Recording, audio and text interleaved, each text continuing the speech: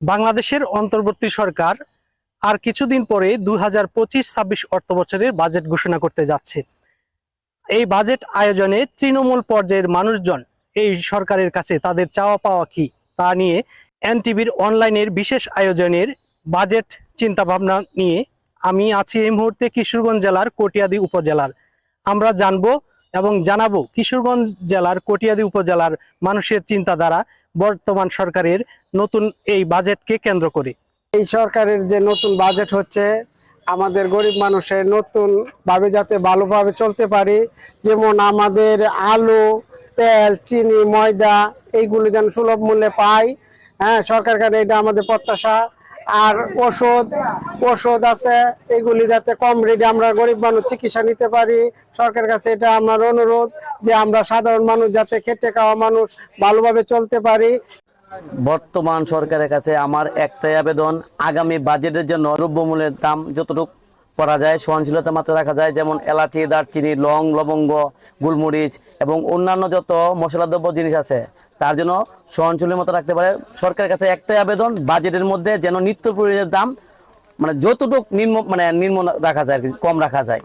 বর্তমান সরকার এদেশের জনগণের বহুল প্রত্যাশিত একটি সরকার। এই সরকারের কাছে মানুষের প্রত্যাশা স্বাভাবিকভাবে অনেক বেশি। একটি বিপ্লবী সরকার গঠিত হওয়ার পর এদেশের মানুষের অর্থনৈতিক অবস্থা এবং সামাজিক অবস্থা মানুষ এই ব্যাপারটি নিয়ে খুবই উদ্বিগ্ন। বিশেষ করে মুদ্রাস্ফীতি, নিত্য প্রয়োজনীয় জিনিসের দাম, এখন নতুন একটি বাজেট হতে যাচ্ছে। আমরা সাধারণ জনগণ আশা করব এই বাজেটে কৃষি পণ্যের দামে ভর্তুকি থাকবে, নিত্য প্রয়োজনীয় জিনিসপত্রের দাম সহনশীল থাকবে এবং জ্বালানি, বিদ্যুৎ খাত এসব দিকে সরকার মনোযোগ দিবে। এইসব দিকের ভর্তুকি এবং অন্যান্য দিক বিবেচনা করে যেগুলো মানুষের জীবনযাত্রার মান সহজ করে সরকার এদিকে সুষ্ঠু উদ্যোগ নেবে বলে আশা করি।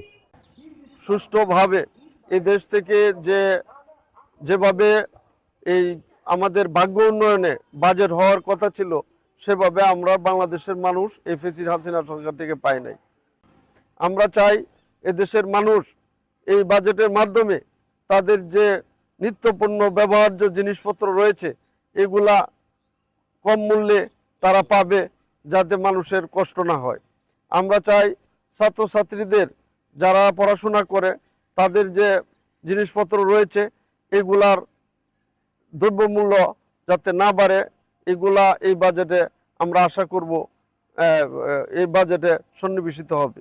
কৃষকের ন্যায্য অধিকার প্রতিষ্ঠিত হবে, ন্যায্যতার ভিত্তিতে তাদের দাম নির্ধারিত হবে এবং সার, বীজ, বিভিন্ন আনুষঙ্গিক দ্রব্যাদি সহজেই পাইতে পারে, দ্রব্য মূল্য বৃদ্ধি না হয়, এই বাজেট আমরা প্রত্যাশা করি। অ্যান্টিবায়োটিকগুলো আছে এগুলোর দাম অবশ্যই কমাতে হবে, ক্ষয় ক্ষমতা নিয়ন্ত্রণ রাখতে হবে।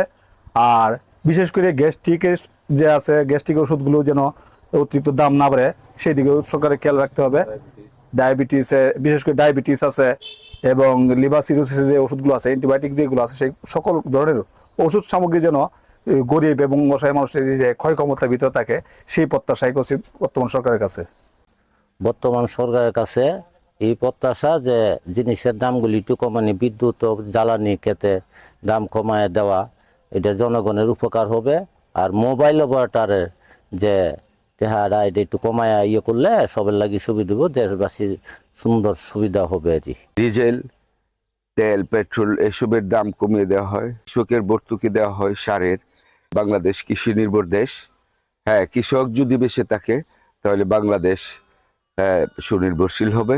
তো আমি প্রত্যাশা রাখছি বাংলাদেশ সরকারের কাছে যে নতুন বাজেট পেশ করা হচ্ছে সেই নতুন বাজেটে যেন দাম আছে এইগুলা যদি কমিয়ে আনা হয়, হ্যাঁ, তাহলে অবশ্যই এদেশের জনগণের উপকার হবে। বর্তমান সরকার যে বাজেট দিবে আমি আশা করি সব সরকারই বড় লোকদের পক্ষে বাজেট দেয়, যেমন গাড়ির মূল্য আরও এই ধরনের যারা বড় লোকরা ব্যবহার করে সেইগুলির উপর গুরুত্ব দিয়ে বাজেট প্রদান করে। আমি এই সরকারকে আশা করব যেন কৃষি বান্ধব বা গরিব অসহায় দুঃখী মানুষদের যেই পণ্যগুলি বেশি কাজে লাগে সেই পণ্যের উপর শুল্ক মওকুফ রাখা এবং অসহায়দের যেন সহায়ক হয় এই ধরনের বাজেট এই সরকার প্রদান করবে।